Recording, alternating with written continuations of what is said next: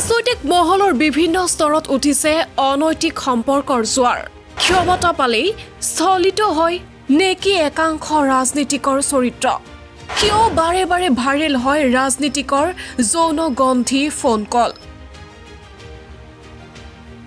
নে সুবিধাবাদী মহিলাই ক্ষমতাশালীৰ ওচৰত বিক্ৰী কৰে নিজৰ সৰ্বস্ব এজন নহয় দুজন নহয় ক্ষমতা লাভৰ ৰাগীত মতলীয়া হৈ অনৈতিক কাৰ্যবিধিত লিপ্ত হোৱা ৰাজনীতিকৰ সংখ্যা নিশ্চিতৰূপে সহস্ৰাধিক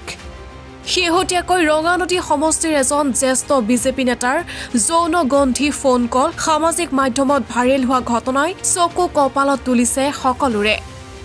কিয় বাৰে বাৰে উন্মোচিত হয় এনে লজ্জাজনক সংঘটন ৰাজনৈতিক মহলৰ বিভিন্ন স্তৰত সঁচাকৈ উঠিছে নেকি অনৈতিক সম্পৰ্ক চলোৱাৰ জোৱাৰ ক্ষমতা পালে কিয় স্থলিত হয় একাংশ ৰাজনীতিকৰ চৰিত্ৰ এয়া চাৰিত্ৰিক বিকৃতি নে ক্ষমতা ৰাগী কিয় ইয়াৰ সমান্তৰালকৈ উত্থাপিত হয় আন এক প্ৰশ্ন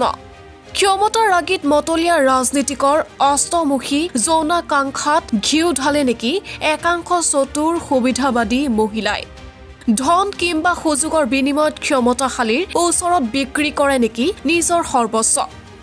এয়া হৈছে মাথো আমাৰ মনত উদিত প্ৰশ্ন শুদ্ধ বিচাৰৰ ভাৰ নিশ্চিতৰূপে ৰাইজৰ news desk report NZ news